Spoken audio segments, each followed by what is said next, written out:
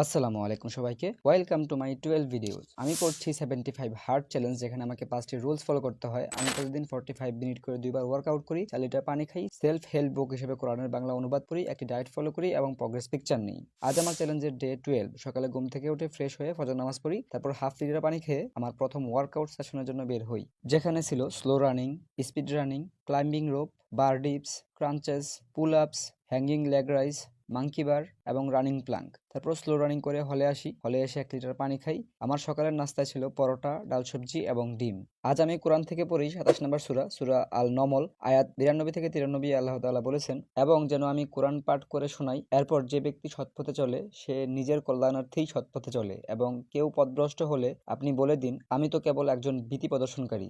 এবং আরো বলুন, সমস্ত প্রশংসা আল্লাহর, সত্তরই তিনি তার নির্দেশনসমূহ তোমাদেরকে দেখাবেন, তখন তোমরা তা চিনতে পারবে, এবং তোমরা যা করো সে সম্পর্কে আপনার পালনকর্তা গাফেল নন। আমার সেকেন্ড ওয়ার্কআউট সেশনে ছিল jumping jack, standing bicycle crunches, squat, side crunches, normal push up, wide push ups, calisthenic push ups, sit ups, crunches, Russian twist এবং প্লাঙ্ক। আমার দুপুরের খাবারে ছিল ভাত, লাল শাক, মাছ এবং সবজি। বিকেলে চিনি ছাড়া রং চা নেই। রাতে তেল ছাড়া পরোটা এবং ডাল সবজির মাধ্যমে আমার টাস্ক কমপ্লিট হয়। আজকে এ পর্যন্তই। আল্লাহ হাফেজ।